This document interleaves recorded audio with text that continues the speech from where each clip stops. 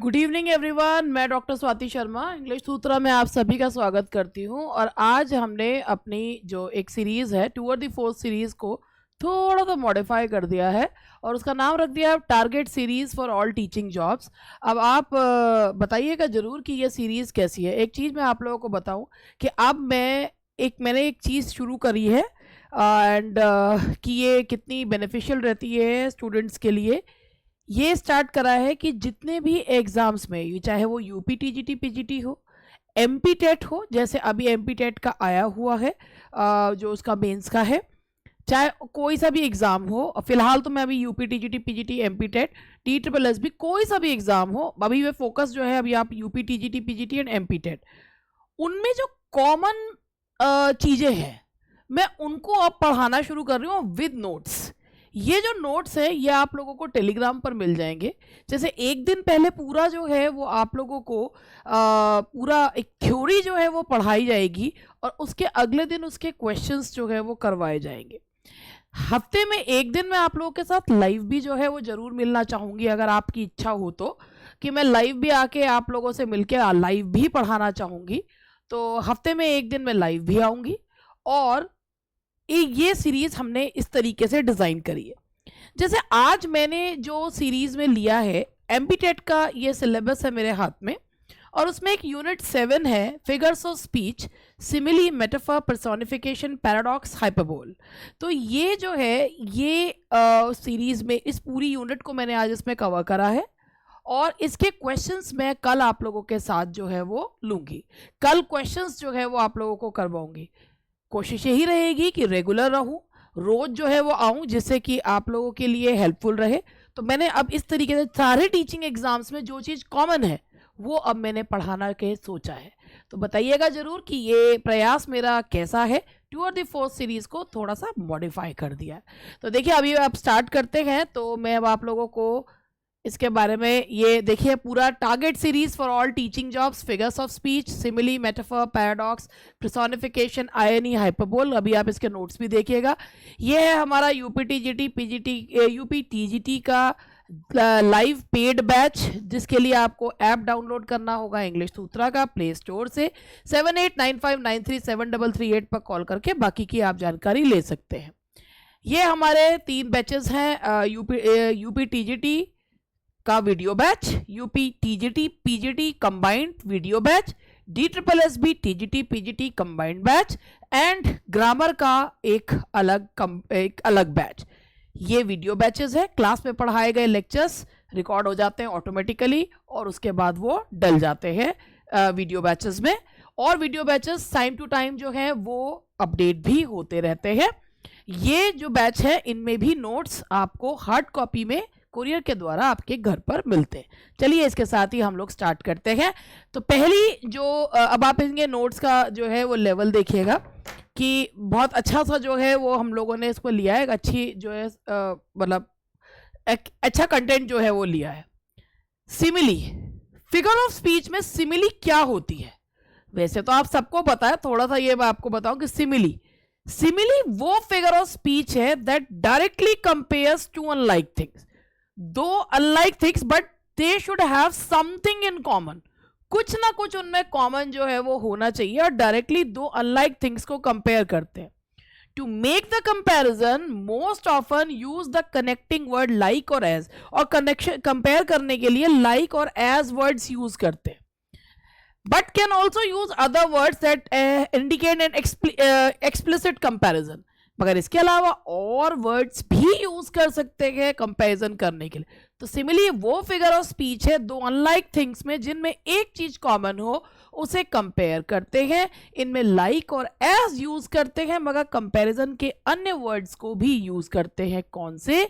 जैसे जो है एलिनोर रूजवेल्ट ने कहा है, A woman is like a tea bag. You never know how strong she is until she gets in hot water. अब ये अब एज और लाइक है। अ वुमन इज लाइक, भाई दो अनलाइक चीजों को कंपेयर करा। वुमन की तुलना टी बैग से करी, जब टी बैग को बस कॉमन ये है कि दोनों ही, जब वुमन हो या टी बैग हो, when they are put in hot water, when they are when a tea bag is put in hot water and when a woman is put in difficult situation, then people realize how strong a woman is, how strong the tea is respectively, पता चलता है. तो एक example है ये Eleanor Roosevelt ने कहा है. रूजवेल्ट ने दो अनलाइक चीजों को कंपेयर करा है, वुमेन को और टी बैग्स को, कि वुमेन और अपनी फुल एक्सटेंट किस में दिखाती हैं, टफ सिचुएशंस में. तो एज और लाइक से कंपेयर करते हैं. My love is like a red red rose, love को कंपेयर करा है रोज से, बिलवड को रोज से. वन थिंग इन कॉमन कि रेड कलर से जो है वो बिलवड भी रेड है और रोज भी रेड है. ठीक है, तो लाइक और एज और इसके अलावा एक्सप्लिसिट कंपैरिजन वाले वर्ड्स यूज किए जाते हैं. Some additional key details about simile. Because the comparison established by a simile is not literal. Literal नहीं होता, शाब्दिक नहीं होता है. A woman isn't literally like a tea bag. एक woman tea bag की तरह नहीं होती. तो similes क्या होती हैं? Figurative language है. ये एक figurative language है. Through this one, we compare a woman with tea bags just to show how strong a woman in tough situation. While most similes use the connecting words like or as to establish the comparison they are making, similes can use other words that create a direct comparison, including other connecting words such as so और then. ये एक नया point है, आप देखिएगा. Similes में अभी तक आप लोगों ने यही पढ़ा है कि उसमें एज और लाइक का यूज होता है, मगर हम उसमें सो और देन का भी यूज कर सकते हैं कि और इसके अलावा verbs of comparison, compare and resemble. My love resembles with red rose, my love resembles with नहीं रेड रोज, या ये यहाँ पर. ठीक है, तो सो और देन भी यूज कर सकते हैं. शी इज सो स्वीट, ये इस तरीके से एज हनी. तो ये जो है यहाँ पर हम सो का यूज भी कर सकते हैं, देन का यूज भी कर सकते हैं. बस कंपैरिजन अगर हो रहे हैं, दो अनलाइक चीजों में कंपैरिजन हो रहे हैं, एज और लाइक के अलावा अगर सो, देन और कंपेयर और रिजेंबल वर्ड्स भी आ रहे हैं, तो वो भी सिमिली है. My love resembles red rose, तो ये this is also a simile. ये मेटाफर नहीं हो जाएगा. ये अगर बोलते my love is red rose तो वो मेटाफर है. My love resembles red rose, तो ये जो है वो सिमिली ही है. तो आई होप कि ये वाला पॉइंट आपको एक क्लिक है कि सिमिली जो है वो हम एज और लाइक के अलावा कंपेयर, रिजेंबल, सो, देन का यूज भी करके हम जो है सिमिली, दो अनलाइक चीजों, वन थिंग इन कॉमन, तो हम कंपैरिजन करते हैं. आई होप पहला वाला जो पार्ट है सिमिली का वो समझ में आया. अब हम आगे बढ़ते हैं और नेक्स्ट लेते हैं. Some similes have become such a common part of everyday speech that we barely notice them. For instance, when we say I slept like a log or the news hit me like a ton of bricks. कुछ similes इतना ज़्यादा हमारे day to day activity का part जो है वो हो गई है कि हम नोटिस ही नहीं करते कि ये जो है वो सिमिली है. जैसे अगर हम यहाँ पर ये कहते हैं कि I slept like a log, कि लट्ठे की तरह सो गए, तो वो जो है एक बहुत कॉमन क्लीशे भी जिसे बोल सकते हैं. अब हमारा नेक्स्ट जो फिगर ऑफ स्पीच है वो है मेटाफर. अब मेटाफर को समझिए कि मेटाफर क्या है. Metaphor figure of speech that compare two different things by saying that one thing is the other. इसमें एज और लाइक नहीं होता, ये इंप्लाइड सिमिली मानी जाती है. मेटाफर कहता है एक चीज दूसरी चीज है. जैसे ही इज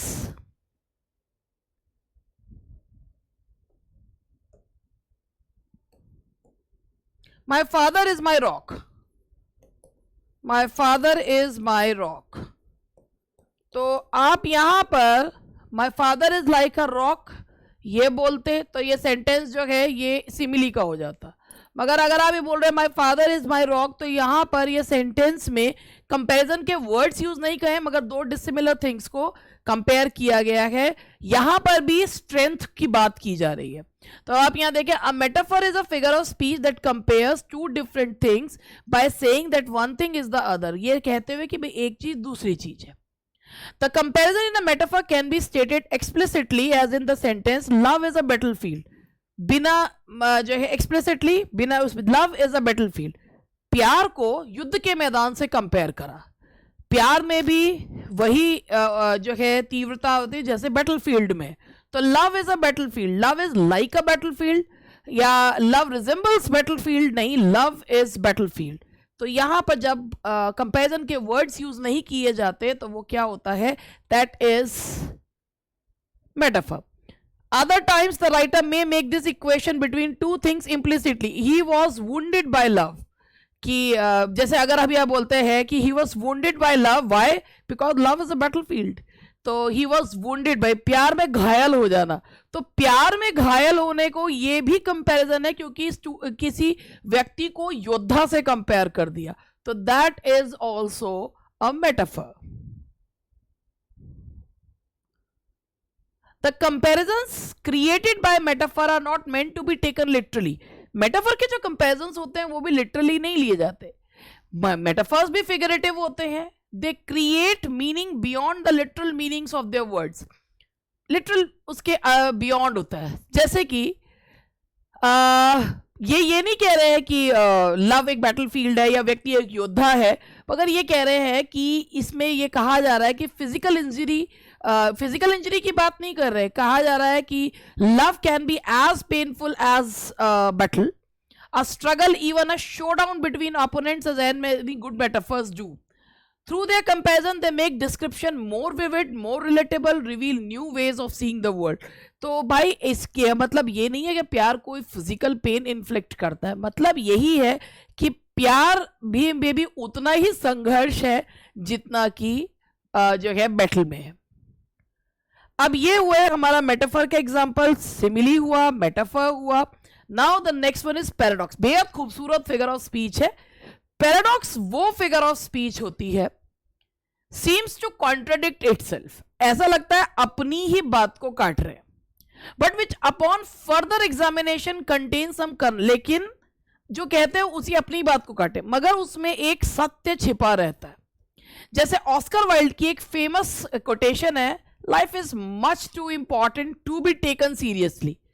अगर आप लोगों ने ये देखा होगा कि टू का जो होता है, life is too important to be taken seriously, life उतनी इंपॉर्टेंट है नहीं, लाइफ उतनी इंपॉर्टेंट नहीं है कि उसे बहुत सीरियसली लेना चाहिए, लाइफ इतनी इंपॉर्टेंट नहीं है कि उसे सीरियसली लेना चाहिए. तो ये एक पैराडॉक्स है कि रियली क्या लाइफ को सीरियसली नहीं लेना चाहिए. तो ये ऐसा लगता है ये तो कॉन्ट्राडिक्टरी है, भाई जिंदगी को तो सीरियसली लेना चाहिए, मगर एक बात कहें तो इसमें बिल्कुल सच्चाई छिपी रहती है. जब हम जरूरत से ज्यादा सीरियस हो जाते हैं ना तो चीजें बेकार हो जाती है. कहने का मतलब ये है कि जो चीज जितनी इंपॉर्टेंट है उस चीज को ये कहा जाता है कि द मोर उसको उतना सीरियसली नहीं लेना चाहिए. कहने का मतलब ये है कि अगर इस बात पे ध्यान से सोचा जाए, इसका मतलब है कि कोई सीरियसली का मतलब ये होता है कि अगर कोई चीज बहुत इंपॉर्टेंट है, you have to focus over that thing, मगर अगर आप बहुत ज्यादा उस चीज को लेकर सीरियस हो जाते हैं, वो सब कुछ छोड़ देते हैं, तो चीजें आपके हाथ से फिसलती चली जाती है. तो अगर आप बिल्कुल रिलैक्स्ड रहकर मगर फोकस होकर चीजें करते हैं तो वो ज्यादा अच्छा रहता है. तो ये ऑस्कर वाइल्ड की है. वैसे तो ये life is must too important to be taken seriously, तो इसमें एक कर्नल ऑफ ट्रुथ है. तो भाई जैसे वही है कि the biggest an atheist is the biggest theist. ये एक कॉन्ट्राडिक्टरी स्टेटमेंट है बट इट्स अ पैराडॉक्स. ये एग्जांपल मैं अक्सर देती हूँ. An atheist is the biggest theist. Why?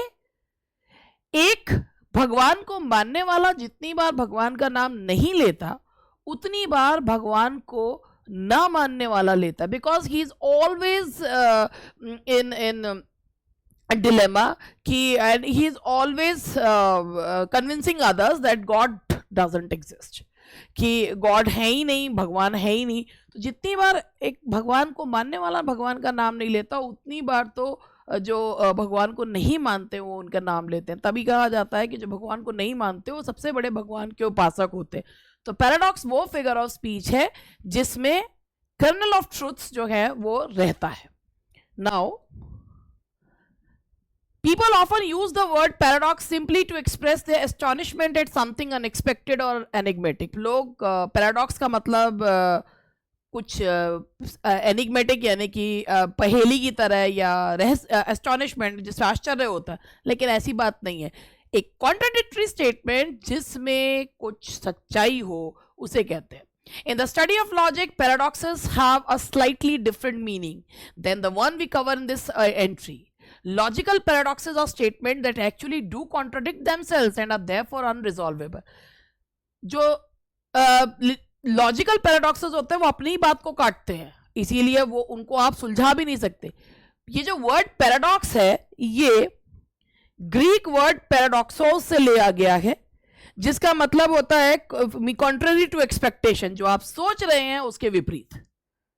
Greek paradox जो वर्ड है वो पैराडॉक्सोस से लिया गया है, जिसका मतलब होता है कॉन्ट्ररी टू एक्सपेक्टेशन और स्ट्रेंज, विचित्र. ये हुए हमारे 3 figures of speech. I hope कि यहां तक ये 3 फिगर्स ऑफ स्पीच आप लोगों को अच्छे से समझ में आए होंगे. ये विद नोट्स है तो ये this will be helpful for you as well. कल इनके क्वेश्चंस हम लोग डिस्कस करेंगे कि कितने जो है वो क्वेश्चंस, मतलब जितने भी क्वेश्चंस इनके बनेंगे वो क्वेश्चंस हम लोग डिस्कस करेंगे. फिगर्स ऑफ स्पीच केवल एक ही एग्जाम में नहीं आती है, फिगर्स ऑफ स्पीच लगभग सभी टीचिंग के एग्जाम्स में आती हैं.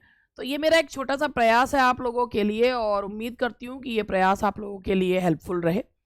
पर्सोनिफिकेशन क्या होता है? अब पर्सोनिफिकेशन का मतलब होता है ये एक फिगरेटिव लैंग्वेज है जिसमें नॉन ह्यूमन थिंग्स को ह्यूमन एट्रीब्यूट्स दिए जाते हैं.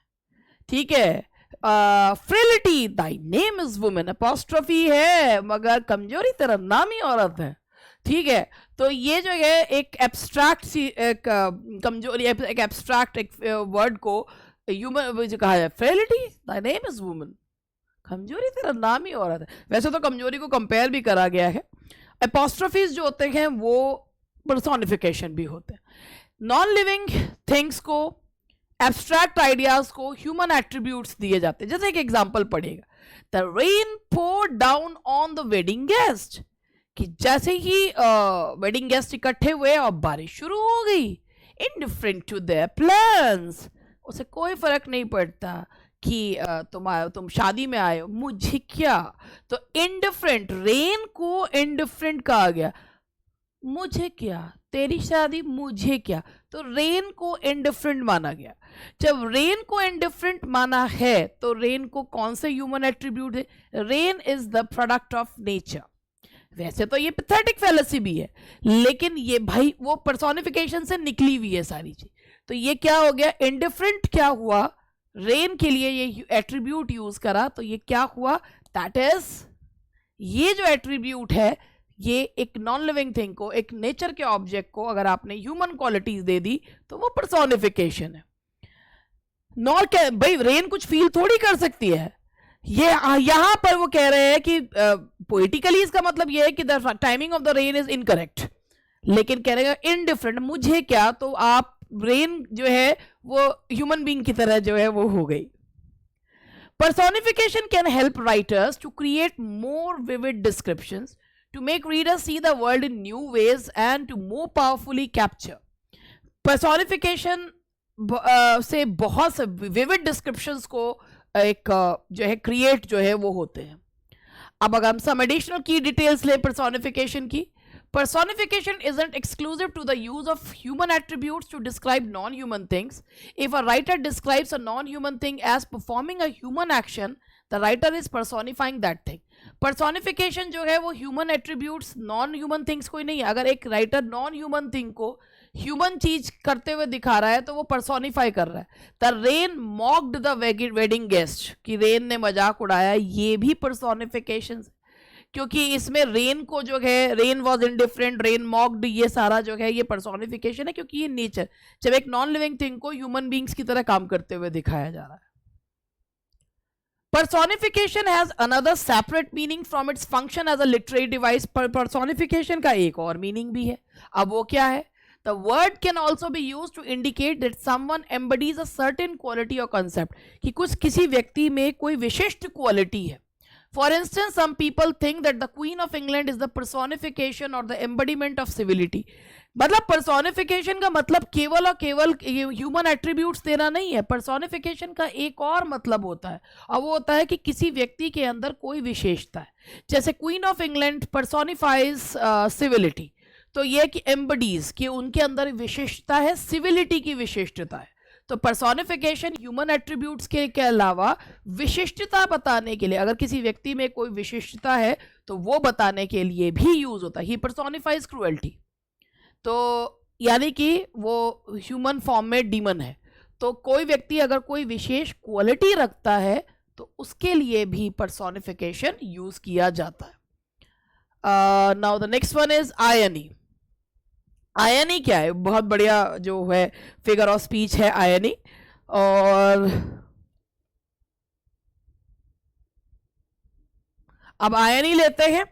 आयनी एक वो लिटरेरी डिवाइस है जिसमें हम कहते हैं कुछ और हमारा मीनिंग बिल्कुल उल्टा होता है।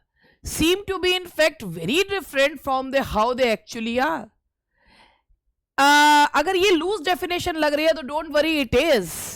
आयनी is a broad term that encompass 3 different types of irony. 3 तरीके की आयरनी होती है। वर्बल आयरनी, वर्बल आयरनी का समझिए, डंकन, जब जो हम कह रहे हैं और उसका जो लिटरल मीनिंग है वो अलग है, और जो उसका जो मीनिंग जो उसका में छिपा हुआ मीनिंग है वो अलग है। डंकन ये कह रहे हैं कि कैसल में मकबथ की कि आजकल किसी के चेहरे पे नहीं लिखा कि जो है वो क्या होने वाला है, कि आज के ये कि चेहरे पे नहीं पता चलता क्या है।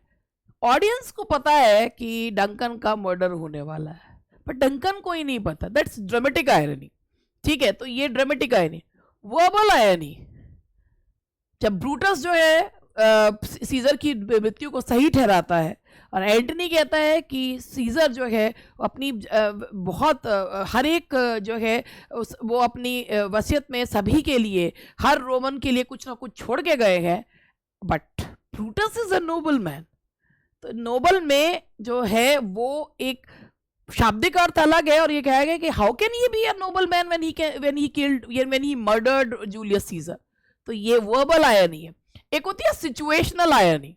सिचुएशनल आयरनी का मतलब होता है कि इफ अ पर्सन जो है if a person buys pistol for himself and while cleaning the pistol just accidentally the pistol blows and the pistol fires and the man is killed. तो वो क्या है? वो सिचुएशनल आयरनी। चीज ली अपने लिए, अपनी रक्षा के लिए, वाइल क्लीनिंग, और उसमें वो फायर होता है और व्यक्ति मर जाता है। तो ये क्या है? Situational irony. यानी कि कोई चीज वर्बल आयरनी, शाब्दिक अर्थ अलग और उसका जो मीनिंग है वो अलग। ड्रामेटिक आयरनी, ऑडियंस को पता है what is going to happen next, but the character who is performing that role, he doesn't know कि what is going to happen। उसके शब्दों में और उसमें वो पता चलता है। सिचुएशनल आयरनी कि सिचुएशन अपने लिए हिसाब से अनुकूल बनाने के लिए की गई और हो गई प्रतिकूल। तो 3 तरीके की आयरनीज होती हैं। तो आयरनी वो लिटरेरी डिवाइस है, how things seem to be, जो दिखता है वो होता नहीं है, जो कहा जा रहा है उसका मीनिंग बिल्कुल डिफरेंट। आयरनी के डबल जो है वो मीनिंग होते हैं। तो ये है आपका irony. The term irony comes from the ancient Greek comic character. अब इसको, ये बहुत अच्छा सा पॉइंट है, अगर आपको भी अच्छा लगे, कि जो टर्म आयरनी है वो ग्रीक कॉमिक कैरेक्टर आयरन से लिया गया है। हु प्रिटेंड्स, जैसे वो ऐसे प्रिटेंड करता था मुझे तो कुछ पता ही नहीं है, दूसरों को बेवकूफ बनाने के। Who pretends ignorance in order to deceive an opponent। तो आयरनी जो है वो ancient Greek comic character called iron से लिया गया है, जो ऐसे इग्नोरेंस करता था कि मुझे तो कुछ पता ही नहीं है, दूसरों को दिखाने के लिए। Irony overlaps with but is not identical. Irony लोगों को लगता है आयरनी जो है सरकाज़्म और सटायर जैसी, नहीं। आयरनी में मीनिंग दूसरा होता, जो आप शाब्दिक अर्थ अलग होता है और उसका जो रियल मीनिंग है वो अलग होता है। Sarcasm tearing the flesh, what you say that you say, and that too bluntly. Satire making fun of the follies of the society just to rectify it, वो है सटायर। तो ओवरलैप करता है मगर इन दोनों से अलग है। In the last 20 years or so, the term ionic has become popular to describe an attitude of detachment or subversive humor.